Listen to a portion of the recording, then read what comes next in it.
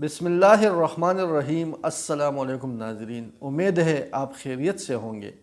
ناظرین، پیرنگی عورتوں کا کام جنگ میں حصہ لینا ہی نہ تھا، وہ صلیب کی خاطر اپنی عصمت و ناموس قربان کرنا بھی عبادت سمجھتی تھی۔ جنگوں کی مشقت اٹھانے والے فرزندان صلیب کو جنسی طور پر آسودہ کرنے کے لیے وہ بلا تکلف خود کو پیش کر دیتی تھی، خصوصاً وہ صلیبی جو کنوارے تھے یا اپنے بیگمات کو ساتھ نہیں لائے تھے۔ ان کے حسن و جمال سے پورا لطف لیتے تھے اور ان کی قربت سے اپنی نفسانی پیاس بجھاتے تھے۔ ناظرین، اہل یورپ کے ہاں کنواری عورتوں کے کنوارے مردوں سے جنسی تعلقات میں کوئی حرج نہیں سمجھا جاتا، بلکہ ان کے پادریوں کے ہاں یہ بات نہایت مقدس اور پاکیزہ تھی کہ تکلیفیں جھیلنے والی کنواروں کو ایسی عورتوں کے ناموس سے کھیلنے کا راستہ مل جائے۔ مگر بات صرف اتنی نہیں تھی، یہ خوبصورت لڑکیاں مسلمانوں کو بھی بہلاتی پسلاتی تھی، انہیں اپنی محبت کے جال میں پانس کر یا شہوانی تسکین کے لالچ میں جتلا کر کے گمراہ کر دیتی تھی۔ سلطان کے وقائع نگاروں نے ایسے واقعات کی تفصیل بیان نہیں کی، مگر اتنا بتایا ہے کہ متعدد کمزور مسلمان حسن و عشق اور جنسی گرم بازاری کی کائی میں گر کر میدان جہاد سے بھاگ رہے تھے اور پیرنگی طوائفوں کے ٹیموں اور اڈوں میں منہ کالا کر رہے تھے۔ ان کی ساری ہمدردیاں اور وفاداریاں پیرنگیوں کے لیے وقف ہو جاتی تھی۔ اس تلخ حقیقت کا ثبوت سلطان کے وقائع نگار عماد اصفہانی کے یہ فقرے ہے: ہمارے لشکر سے بیوقوف مملوکوں اور جاہل غلاموں کی ایک جماعت باغی ہو کر بھاگ نکلی، انہیں ہوش نے گھسیٹ لیا تھا، انہوں نے گمراہ لوگوں کی پیروی کی، پھر ان میں سے کچھ تو ذلت و رسوائی کے ساتھ اس لذت اشنائی سے مطمئن رہے اور کچھ لوگ اس لغزش پر پچھتائے۔ چنانچہ انہوں نے پیرنگیوں کی چھاونی سے نکلنے کے لیے ہیلا سازی سے کام لیا۔ ہاں، اگر کوئی اس ہوش پرستی کا عادی بن گیا تو پھر وہ لوٹ کر نہ آیا۔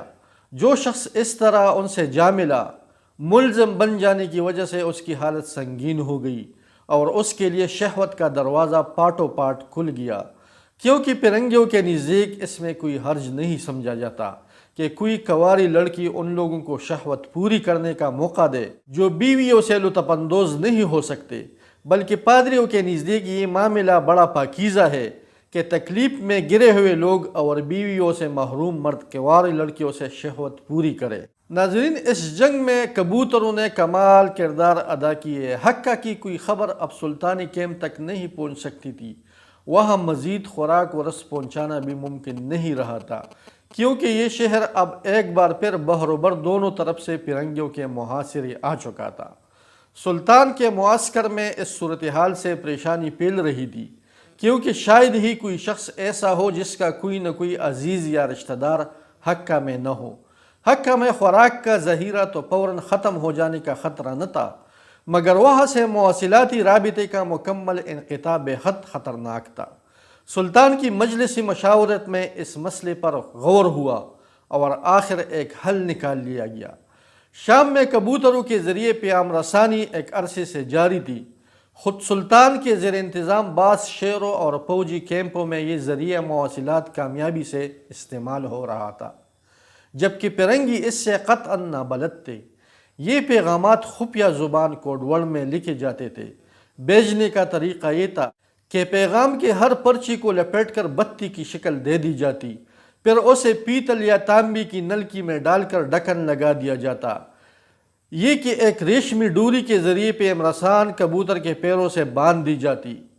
کبوتروں کو اترنے کے لیے محسوس چجوں کی پہچان کرا دی جاتی تھی اور مطلوبہ مقامات پر ایسے چجے لگا دیے جاتے تھے کبوتر ان کے درمیان پرواز کرتے رہتے تھے اور درمیان میں کہیں نہیں اترتے۔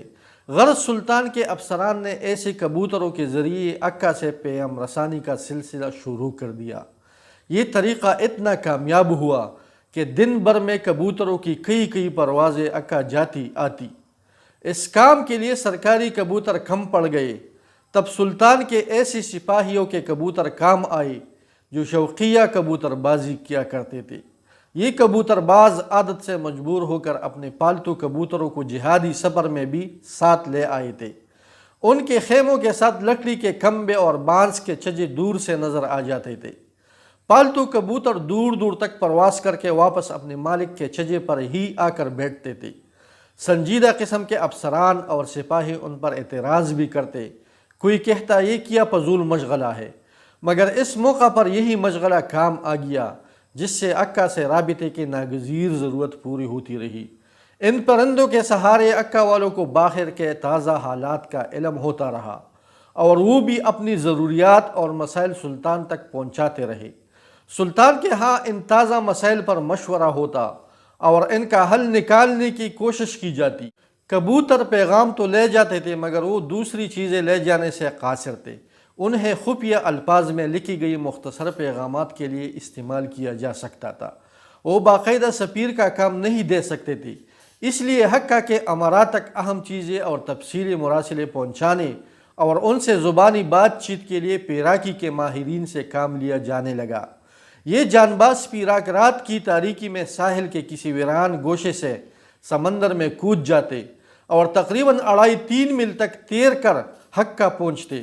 سمندر میں گشت کرتی صلیبی کشتیوں سے بچنے کے لیے انہیں بے حد احتیاط کرنا پڑتی، زیادہ فاصلہ زیر اب طے کرنا ہوتا تھا۔ شروع میں یہ کام نہایت مشکل ثابت ہوا، کئی پیراک جان سے ہاتھ دھو بیٹھے، مگر دوسروں نے ہمت بلند رکھی۔ آہستہ آہستہ وہ غوطہ اور تیراکی میں غیر معمولی حد تک مشاق ہو گئی اور پرنگیوں کی نظروں سے بچ نکلنا ان کے لیے عام سا کام بن گیا۔ یہ مجاہدین عموماً ایسے اہم ترین پیغامات لے کر جاتے تھے جن کے لیے کبوتروں پر اعتماد نہیں کیا جا سکتا تھا۔ بعض اوقات یہ نقد رقم کی تیلیاں اور خاص چیزیں بھی کمر سے باندھ کر لے جاتے تھے۔